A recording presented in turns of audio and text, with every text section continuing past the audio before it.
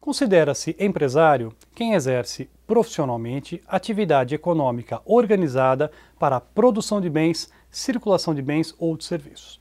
Nos termos do disposto no artigo 966 caput do Código Civil Brasileiro, o conceito de empresário vem enunciado como fundamento da teoria da empresa no direito brasileiro. Nesse sentido, o referido artigo 966 do Código Civil, ao enunciar o conceito legal de empresário, delimitou as atividades consideradas empresariais no direito brasileiro. Assim, consideram-se atividades privativas de empresário, primeiramente, a produção de bens, que compreende toda e qualquer atividade em que ocorra a transformação, por exemplo, de matérias-primas em bens, em produtos determinados, sendo que esta expressão produção de bens é bastante abrangente e pode-se dizer que, na prática, unicamente as atividades de produção artesanais é que, em princípio,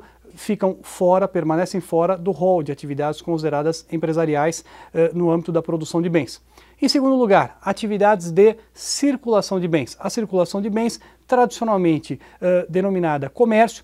compreende toda a atividade em que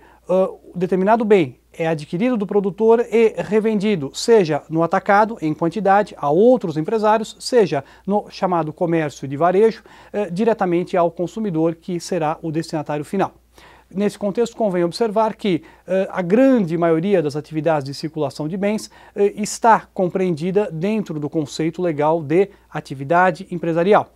ficando, no entanto, apenas excluída desta atividade o denominado comércio ambulante, que, devido às suas peculiaridades, encontra-se adstrito ao direito administrativo. Por fim, a terceira atividade, que constitui, por assim dizer, o ponto inovador da teoria da empresa e que também poderá ser exercida por o empresário, é a denominada prestação de serviços. A prestação de serviços em si não é uma atividade exclusivamente empresarial. Por prestação de serviços, compreende-se a realização de um ou mais atos mediante contratação ou ainda a transmissão de determinado conhecimento mediante contratação. Assim, se por um lado as atividades de produção de bens e circulação de bens, em sua grande maioria, estão abrangidas pelo direito empresarial, por outro, as atividades de prestação de serviços merecem uma atenção redobrada quando se trata do seu enquadramento no rol de atividades empresariais. Isto porque o mesmo artigo 966, em seu parágrafo único, expressa exceção ao conceito legal de empresário no tocante às atividades de prestação de serviço, na medida em que, referido artigo em seu parágrafo único, excepciona aquelas atividades de caráter intelectual, artístico, literário,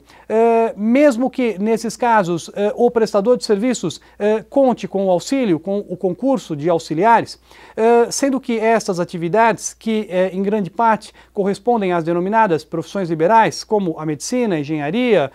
o direito, a advocacia, no caso, essas atividades,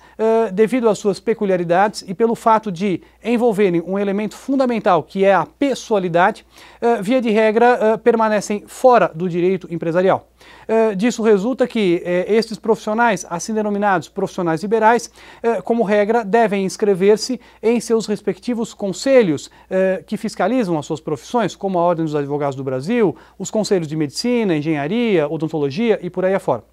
Da mesma forma, quando referidos profissionais atuarem em conjunto, atuarem conjuntamente em uma sociedade, essa sociedade igualmente não será uma sociedade empresária, será, por assim dizer, uma sociedade simples,